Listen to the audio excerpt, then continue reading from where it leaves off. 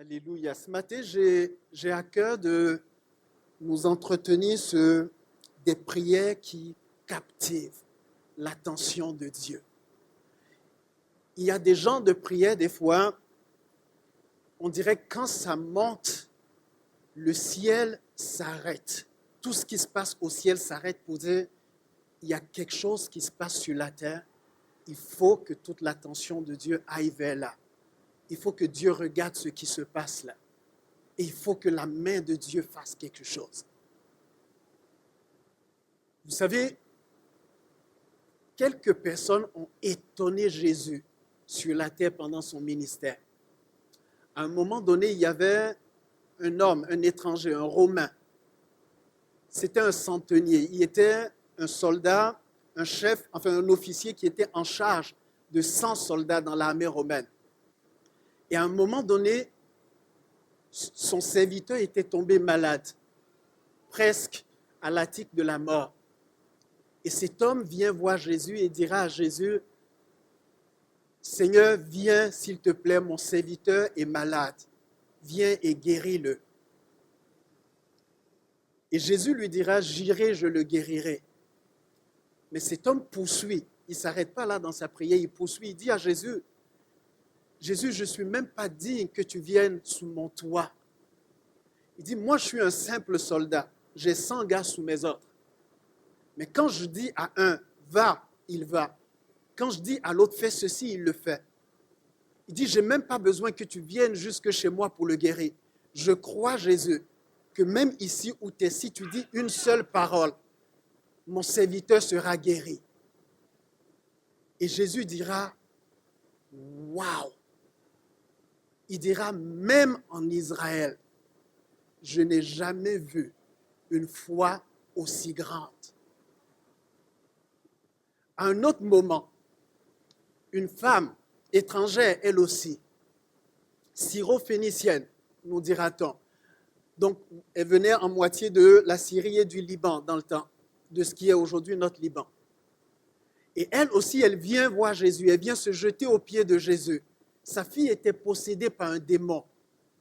Et elle viendra dire à Jésus, « Seigneur, s'il te plaît, viens et fais quelque chose pour ma fille.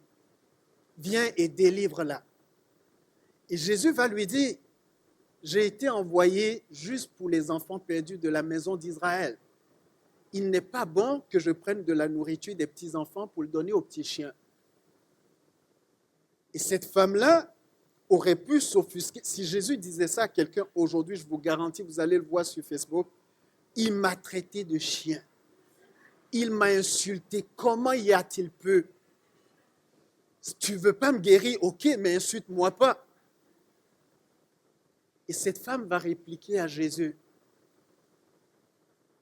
d'accord, peut-être les petits-enfants, c'est les enfants d'Israël, étaient venus pour leur donner à manger à eux en premier. Mais moi, je crois que même les miettes qui vont tomber de la table des petits-enfants, ça va être suffisant pour ma fille.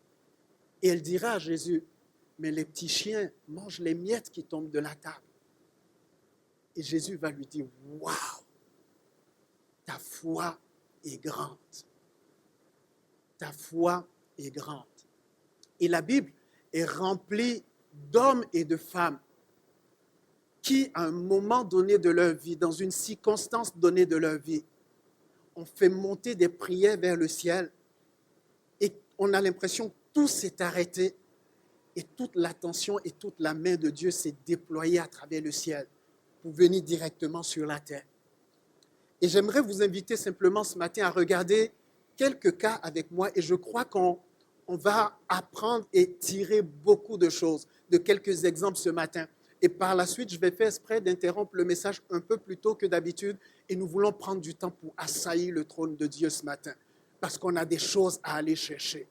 Et on veut ce matin que Dieu fasse arrêter tout ce qui se passe au ciel, que la louange, les anges, que tout s'arrête ce matin et que l'attention de Dieu soit au 1455.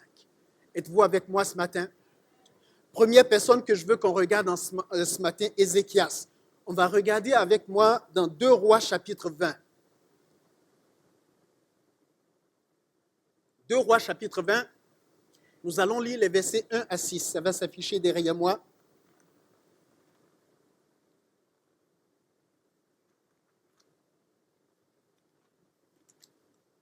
Merveilleux. 2 Rois chapitre 20, versets 1 à 6. En ce temps-là, Ézéchias fut malade à la mort. Le prophète Ésaïe, fils d'Amos, vint auprès de lui et lui dit, « Ainsi parle l'Éternel, donne tes ordres à ta maison, car tu vas mourir et tu ne vivras plus. » C'est gentil ça comme message. Ézéchias tourna son visage contre le mur et fit cette prière à l'Éternel. « Ô Éternel, souviens-toi que j'ai marché devant ta face avec fidélité et intégrité de cœur, et que j'ai fait ce qui est bien à tes yeux. » Et Ézéchias répandit d'abondantes larmes. Ésaïe, qui était sorti, n'était pas encore dans la cour du milieu lorsque la parole de l'Éternel lui fut adressée en ces termes. « Retourne et dis à Ézéchias, chef de mon peuple, ainsi parle l'Éternel, le Dieu de David, ton père. J'ai entendu ta prière, j'ai vu tes larmes. Voici, je te guérirai. Le 3e jour, tu monteras à la maison de l'Éternel. J'ajouterai à tes jours 15 années. Je te délivrerai, toi et cette ville, de la main du roi d'Assyrie. Je protégerai cette ville à cause de moi et à cause de David, mon serviteur. » Ézéchias, c'était un bon roi. Il avait eu un père idolâtre, très mauvais, qui avait fait beaucoup de mal à Israël. Et lui, quand il a pris le pouvoir, il a choisi de reconsacrer son cœur à Dieu. Et il a choisi de ramener le cœur du peuple également vers Dieu. Mais là, l'histoire nous raconte qu'à un moment donné, il est atteint d'une maladie. Et Dieu envoie Ésaïe. Et vous connaissez un petit peu Ésaïe comme moi, ce n'était pas un petit prophète. Il avait déjà toute une réputation à son actif. Dieu envoie Ésaïe pour aller lui dire, commence à préparer ta succession, commence à donner tes instructions à ta maison, parce que tu ne te relèveras pas de cette maladie, tu vas mourir. Et Ésaïe, lui, livre le message et il sort, il s'en va. Et nous lisons qu'Ézéchias, lui, tourna sa face vers le mur et il commença à prier. Et il dit, Seigneur, souviens-toi de moi. Souviens-toi que j'ai été fidèle devant ta face. Et on peut se dire, il commence à verser d'abondantes larmes, il commence peut-être à se lamenter devant Dieu, il commence à rappeler à Dieu, ben Seigneur, ça ne se peut pas, j'ai été fidèle, regarde tout ce qu'ils ont fait avant moi, puis regarde ce que j'ai fait pour toi, et là maintenant, comment ça tu me laisserais mourir de cette maladie?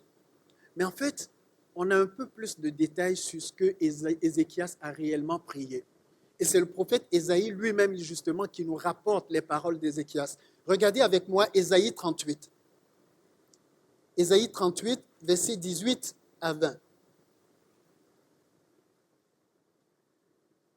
Dans les paroles d'Ézéchias, voici ce qu'on peut lire. Ce n'est pas le séjour des morts qui te loue, ce n'est pas la mort qui te célèbre. Ceux qui sont descendus dans la fosse n'espèrent plus en ta fidélité. Le vivant, c'est celui-là qui te loue, comme moi aujourd'hui. Le Père fait connaître à ses enfants ta fidélité. L'Éternel m'a sauvé, nous ferons résonner les cordes de nos instruments tous les jours de notre vie dans la maison de l'Éternel. Ce que Ézéchias est en train de dire à Dieu ici, on vient lui annoncer qu'il va mourir bientôt. Et Ézéchias tourne sa face vers Dieu et il dit, Seigneur, si je meurs de cette maladie, quelle gloire tu pourras en tirer? Il dit, les morts, ce ne sont pas les morts qui te louent. Les morts ne peuvent t'apporter aucune louange. Une fois qu'ils sont morts, c'est terminé. Celui qui te loue, oh Dieu, ce sont ceux qui sont vivants. Et si tu me laisses périr, si tu me laisses mourir, quelle gloire tu peux en tirer? Celui qui est vivant, c'est lui qui te loue. Alors donne-moi la vie, oh Dieu. Et il dira à Dieu, je te louerai, je ferai retentir les cymbales, je ferai retentir les trompettes. Et il dit à Dieu, en fait, littéralement, Seigneur, si tu me relèves, j'irai dans ta maison et je te louerai. Si tu me relèves, j'irai dans ta maison et je proclamerai ce que tu as fait afin que tout le monde entende que tu m'as délivré, afin que tout le monde entende ce que l'Éternel a fait. J'irai dans ta maison, je ferai résonner les cymbales, je proclamerai la fidélité et la bonté du Dieu de mon salut. Et il est en train de dire à Dieu, si tu me laisses périr, ça ne t'apportera absolument rien. Mais Seigneur, si tu me relèves, je te louerai. Si tu me relèves, je te célébrerai. Si tu me relèves, je m'assurerai que tout le monde entende la grandeur de mon Dieu.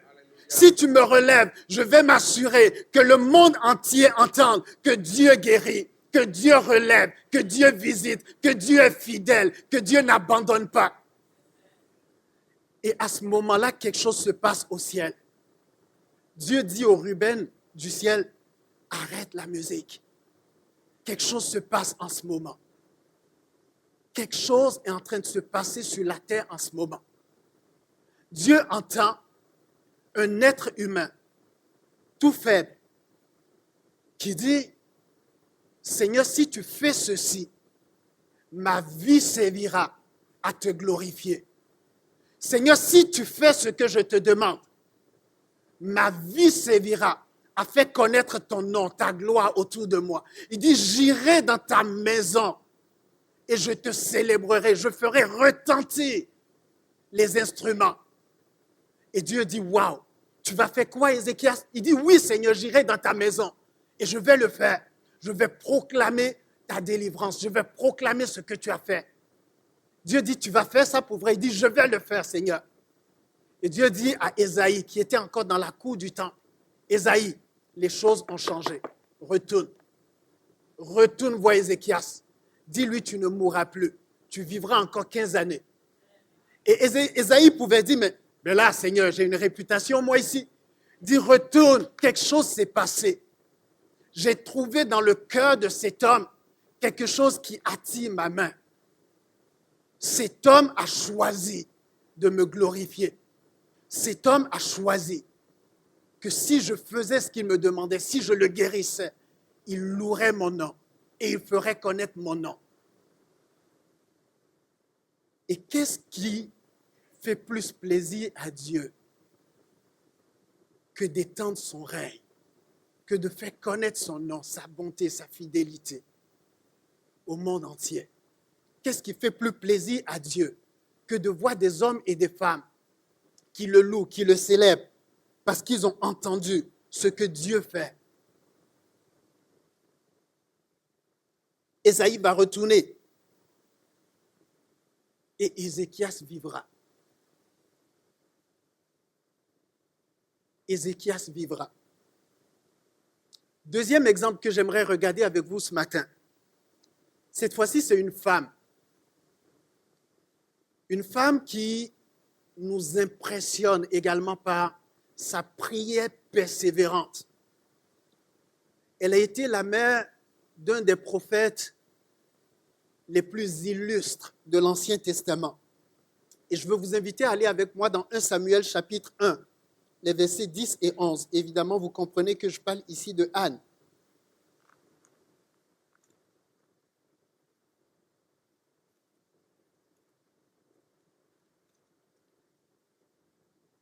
« 1 Samuel chapitre 1.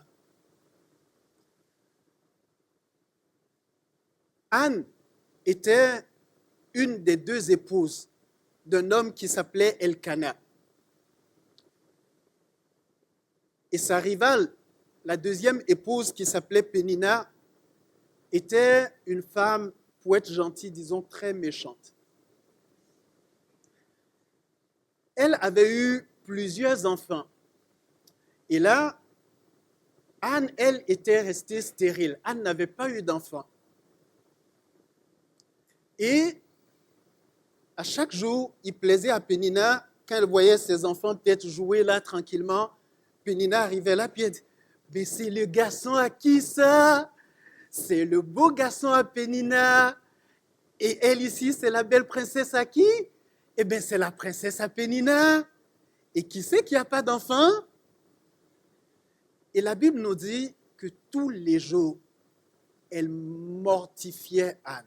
Elle lui causait du chagrin. Elle faisait exprès pour la faire sentir mal, pour la faire sentir en chagrin.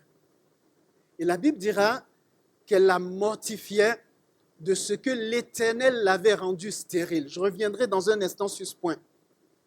Mais elle faisait exprès pour faire monter en Anne de la colère, de la rancœur contre Dieu à cause de sa situation.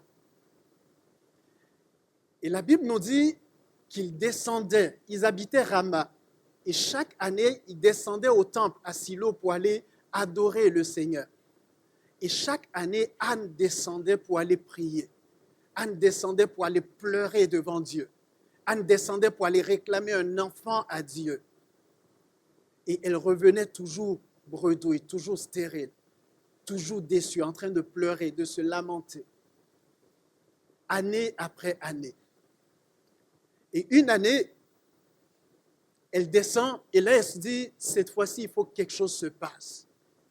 Et elle va rester là dans le temple à pleurer devant Dieu. Elle va pleurer sa vie. Elle va mettre sur la table tout ce qu'elle avait cette journée-là. Au point même que le prêtre Élie, dans ce temps-là, qui était déconnecté déjà depuis un certain temps, la prend pour une femme qui était ivre. Quand tu prends une femme qui est en train de se lamenter, de pleurer devant Dieu pour quelqu'un qui est sous l'effet de l'alcool, ça fait peut-être déjà un certain temps que tu ne vois plus trop clair non plus. Et ce jour-là, elle va pleurer sa vie devant Dieu. Ça fait des années. La Bible ne nous précise pas exactement combien d'années qu'elle pleurait, qu'elle attendait un enfant. Peut-être 2 ans, peut-être 3 ans, peut-être 5, peut-être 10, peut-être 20, on n'en sait rien. Mais cette année-là, elle se met devant Dieu. Et Anne va changer sa façon de prier. Jusqu'ici, peut-être qu'elle disait à Dieu, tu vois les souffrances, les mortifications de Pénina chaque jour. Tu vois ma honte, tu vois ce que je subis. Et là, cette fois-ci, elle va changer sa façon de prier. Et pour la première fois, Anne va dire à Dieu, Seigneur, si tu me donnes un fils, je te le consacrerai. Il sera dans ta maison et il va te servir. Et là, encore une fois, Dieu dit aux anges dans le ciel, arrêtez, je viens d'entendre quelque chose sur la terre. Arrêtez. Et Dieu dit à Anne, qu'est-ce que tu viens de dire? Anne dit, Seigneur, laisse faire Pénina, laisse faire la douleur. Si tu me donnes un fils, je te le consacrerai afin qu'il te serve et qu'il serve à ta gloire. Et Dieu dit, yes, maintenant, j'ai trouvé ce que j'attendais. La Bible dit au verset 5 de 1 Samuel 1 que c'est l'Éternel qui l'avait rendu stérile. Quand on lit des textes aussi difficiles, des fois, on veut prendre un raccourci pour dire, ben non, lui il pensait ça, mais ce n'est pas l'Éternel. Non, littéralement, c'est l'Éternel qui l'avait rendu stérile. Pourquoi l'Éternel l'aurait rendu stérile? L'Éternel avait rendu Anne stérile exprès parce que l'Éternel savait qu'il avait un plan pour l'enfant qui naîtrait de cette femme. Et l'Éternel mettait autour d'elle ces circonstances pour qu'elle attende, qu'elle soupire après cet enfant et qu'elle réalise qu'il y avait une destinée particulière sur la vie de cet enfant. Dieu n'a pas changé d'avis ou n'a pas créé un plan pour Samuel juste le jour où Anne a changé sa prière. Dieu avait conçu Samuel déjà depuis longtemps, depuis l'éternité. Et il y avait déjà dans le cœur de Dieu un plan qui s'appelait Samuel. Et Dieu attendait simplement le moment où la prière de Anne s'allie avec la volonté de Dieu. Et là, au moment où Anne arrête de pleurer, au moment où Anne arrête de se lamenter et dit, Seigneur, maintenant, si tu m'exauces et que tu me donnes cet enfant, je vais te le consacrer afin qu'il te serve. Dieu dit, yes, c'est ce que j'attendais. C'est ce que j'attendais. C'est ce que j'attendais.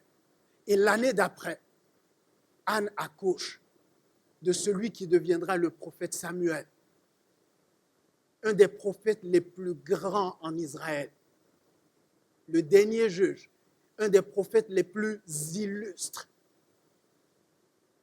Et réalisez avec moi, les amis, la Bible parle de plusieurs cas de femmes qui étaient stériles. Ça a commencé déjà avec Sarah, qui a eu Isaac, le fils de la promesse. Ensuite, on a eu Rebecca, qui va avoir Jacob et Ésaü. Jacob qui deviendra le père des 12 patriarches. On a eu ensuite Rachel, qui va avoir Joseph, l'un des plus célèbres des 12, qui a sauvé la vie de tout Israël en étant premier ministre en Égypte. On va avoir un peu plus tard même également Élisabeth qui aura Jean-Baptiste, qui va préparer le chemin de Jésus-Christ.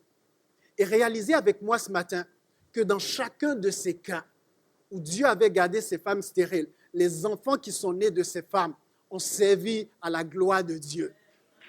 Ces enfants-là ont servi à la gloire de l'Éternel. Et je veux encourager une femme, un couple ce matin qui s'attend encore à l'Éternel. Arrête de pleurer, ma soeur, arrête de pleurer, mon frère. Et tourne ton cœur vers Dieu et réalise ceci, que si Dieu attend encore, c'est parce que son plan pour l'enfant qui va naître de toi va être grandiose. Son plan va être grandiose. Et commence maintenant à tourner ton cœur, simplement, à l'aligner sur la volonté et la promesse de Dieu. À dire à Dieu, Seigneur, si tu me donnes cette fille, si tu me donnes ce fils, je te le consacrerai et que son nom te serve pour l'éternité. Seigneur, je veux que dans ce cadeau que je te demande, par le nom de Christ Jésus, que tu t'arranges pour en tirer ta gloire. Que tu t'arranges pour en tirer ta gloire. Et là, Dieu dit, waouh! Waouh! Waouh! Ah, là, je vais vous parler de mon préféré. J'adore la violence spirituelle de ce jeune homme.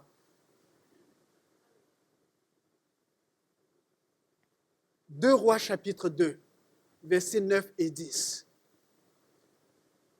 La Bible nous parle ici d'Élisée. On a lu son histoire il n'y a pas très longtemps, il y a quelques semaines. Et vous vous rappelez, Élie, un des grands prophètes également, Dieu lui dira, tu iras oindre Élisée comme prophète à ta place. Et Élisée, pour la petite histoire, c'était un homme qui était issu d'une famille très aisée.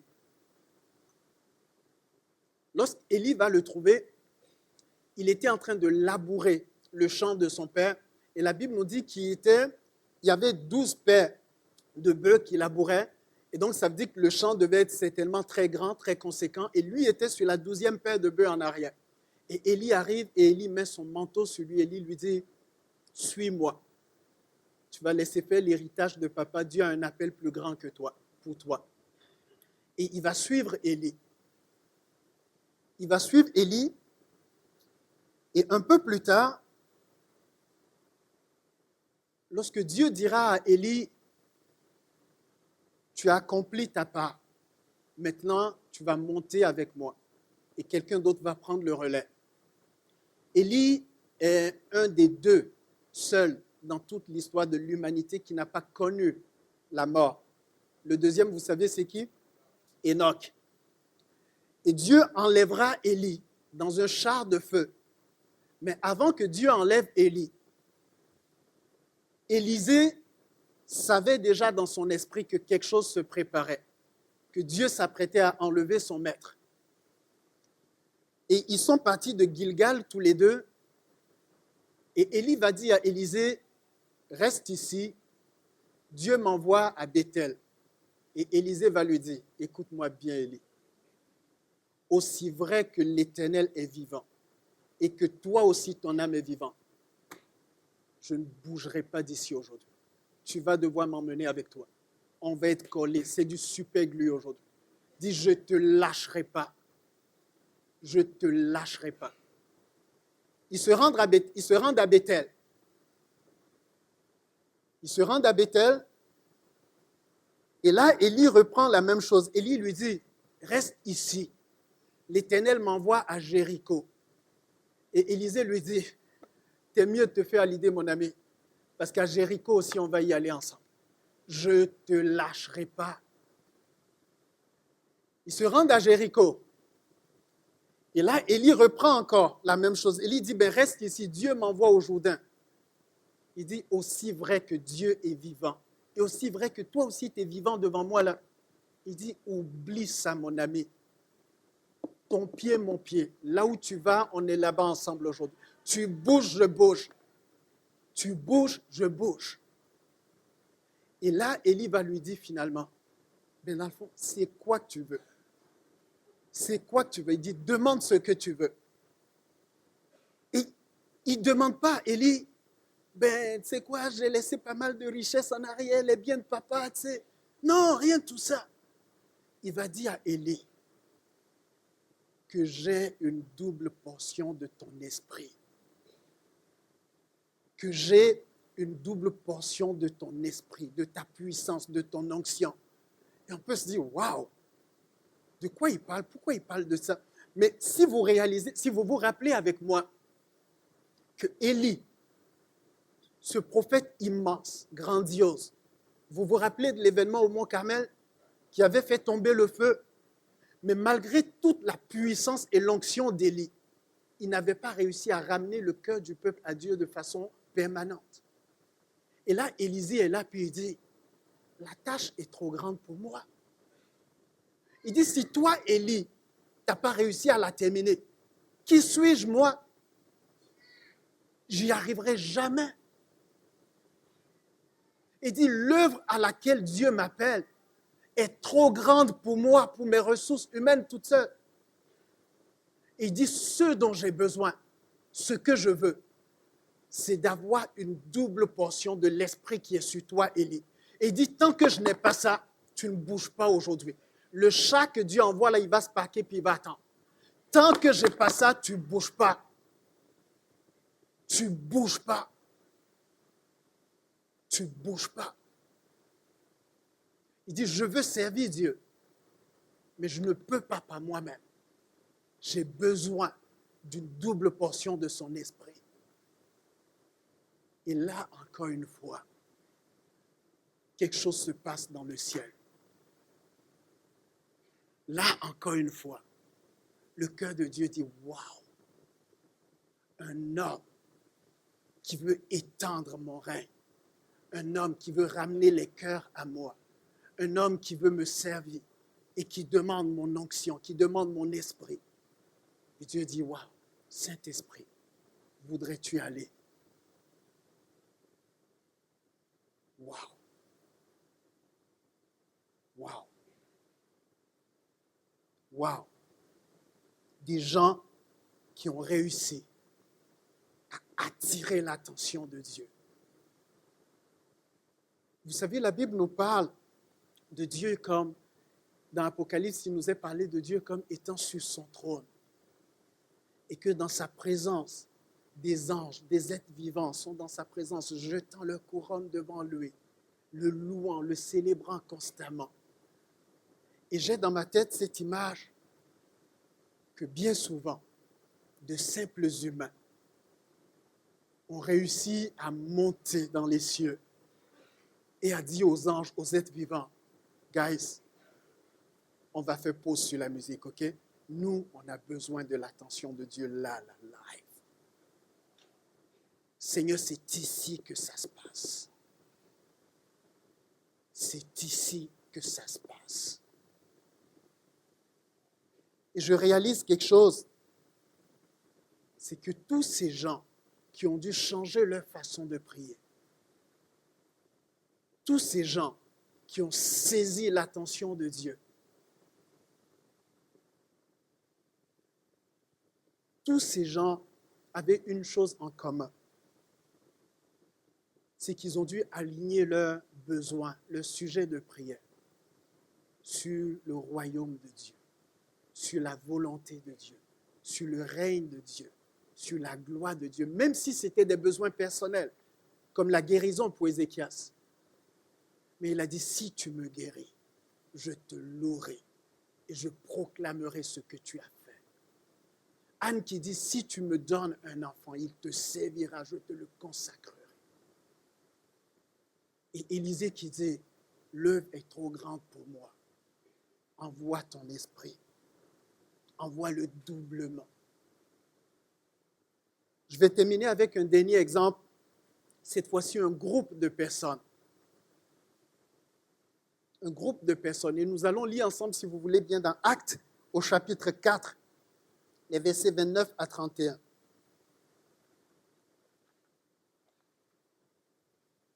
Actes, au chapitre 4, les versets 29 à 31.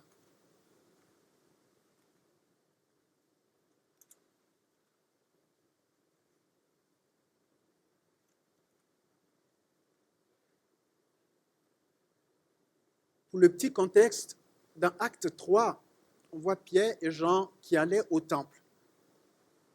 Et à la porte du temple, il y avait un monsieur qui était un boiteux.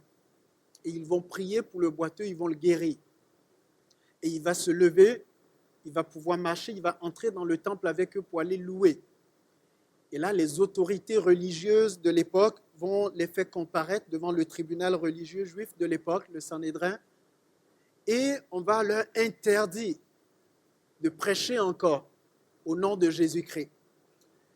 Et juste pour s'assurer qu'ils ont bien compris le message, avant de les laisser partir, on leur donne quelques bons coups de fouet, juste pour leur remettre les idées en place, puis pour s'assurer que là, le message est vraiment passé.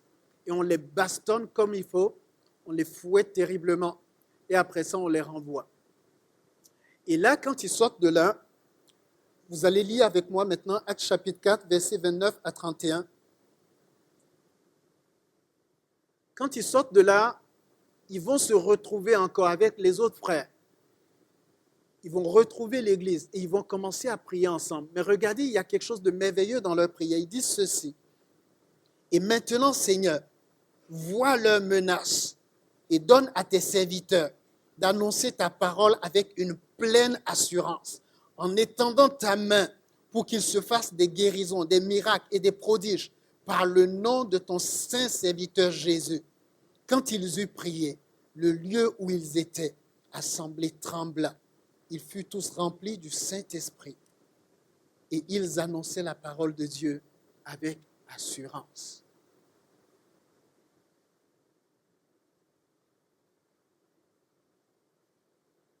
On attrape cette gang, on les fouette, on les bat pour avoir fait du bien à un homme qui était boiteux depuis des années. Et on leur dit qu'on ne vous entende plus jamais parler de ce nom-là ici à Jérusalem. Un peu plus tard, dans le chapitre 5, il sera dit d'ailleurs que lorsqu'ils sont sortis, ils étaient joyeux. Ce verset-là me donne des mots de tête à chaque fois que je le lis. Ils étaient joyeux d'avoir été jugés dignes de souffrir pour Christ. Tu me niaises? On les a fouettés, on les a bastonnés comme il faut. Et ils étaient joyeux d'avoir été jugés dignes. Il dit, c'est un honneur pour nous, en fait, Jésus. C'est un privilège pour nous d'avoir été battus pour toi. Wow. OK. Et là, ils se réunissent avec l'Église. J'aurais compris s'ils avaient prié, ben, Seigneur, change le cœur de ces autorités méchantes qui persécutent tes saints serviteurs. Tasse-les de là, enlève-les, envoie un nouveau gouvernement, quelque chose. Non. Ils disent même pas, mais Seigneur, protège-nous, préserve-nous de leurs mains. Non. Dis, Seigneur, vois leurs menaces et donne à tes serviteurs d'annoncer ta parole avec assurance. La Bible dit que lorsqu'ils ont prié ainsi, le lieu où ils étaient trembla. Le ciel dit, waouh! Quelque chose se passe avec ces humains. On vient de les fouetter, de les bastonner. Et ils disent, c'est pas grave, Seigneur, donne-nous de continuer d'annoncer ta parole avec assurance.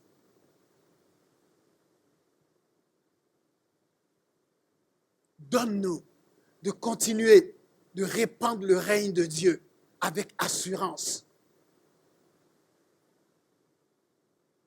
Et Dieu fait trembler l'endroit où ils étaient comme pour dire, waouh!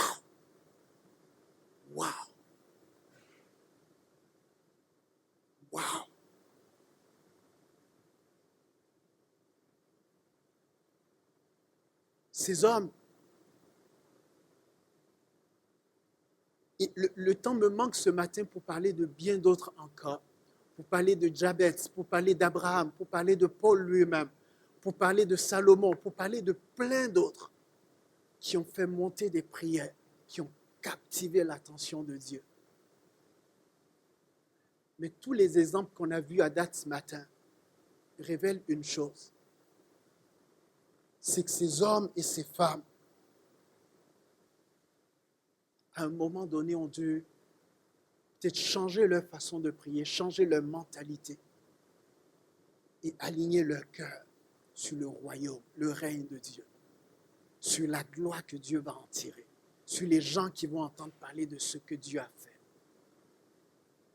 sur les gens que Dieu voit encore dehors et qu'il veut encore toucher, sauver. Et même si nos besoins sont des besoins très personnels, Dieu peut quand même en tirer sa gloire. Dieu peut quand même être glorifié à travers nos besoins. Jésus a dit, n'est-ce pas, cherchez premièrement le royaume de Dieu et sa justice. Et tout le reste vous sera donné par-dessus. Et ces gens-là avaient compris cela même avant que Jésus vienne sur terre. Cherchez premièrement le royaume de Dieu. Cherchez premièrement le règne de Dieu. Lorsque les disciples lui ont dit, enseigne-nous à prier, il leur dira, lorsque vous priez, dites, notre Père qui es aux cieux, que ton nom soit sanctifié, soit reconnu pour saint, que ton règne vienne, que ton règne vienne. Le règne de Dieu est total au ciel, mais il veut encore l'établir partout sur la terre. Et lorsque Dieu trouve des cœurs qui disent, Seigneur, sers-toi de moi pour étendre ton règne sur la terre. Seigneur, voici ma vie ce matin sur l'autel pour faire connaître ton nom. Voici ma vie pour te glorifier. Il y a quelque chose dans le cœur de Dieu qui dit, waouh, waouh, waouh, waouh.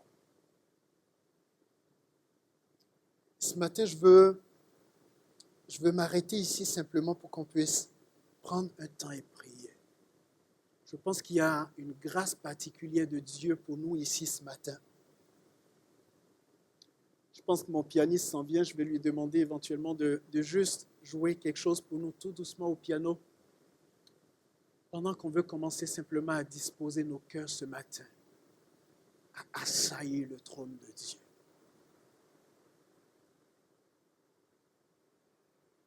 Et à aller saisir ce que Dieu en réserve pour nous ce matin.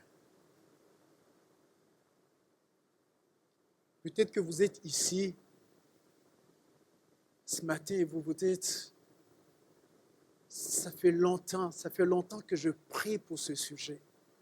Ça fait longtemps que je m'attends à Dieu. Ça fait longtemps que j'invoque le nom du Seigneur et rien ne semble changer. Ce matin, j'aimerais simplement vous encourager à commencer maintenant simplement dans votre cœur, à parler à Dieu,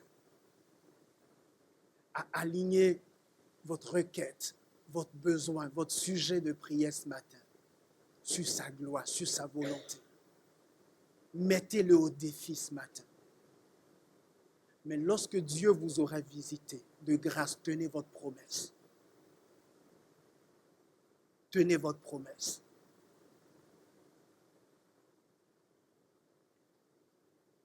Commencez ce matin à disposer votre cœur. Commencez ce matin simplement à apprêter votre cœur à recevoir de Dieu. Elle dit, Seigneur, ce matin, je vais être comme Anne dans ta présence. J'essuie mes larmes.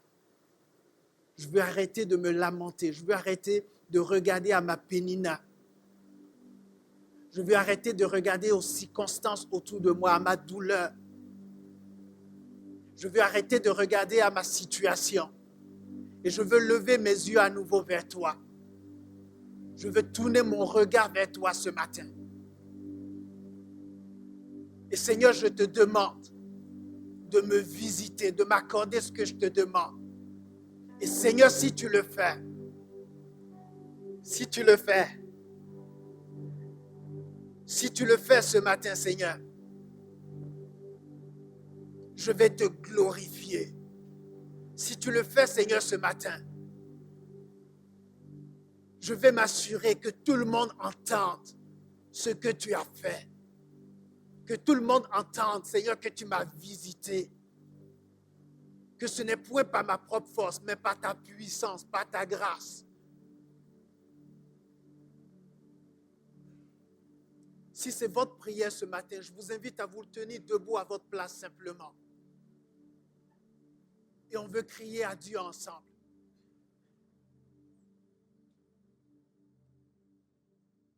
On veut crier à Dieu ensemble.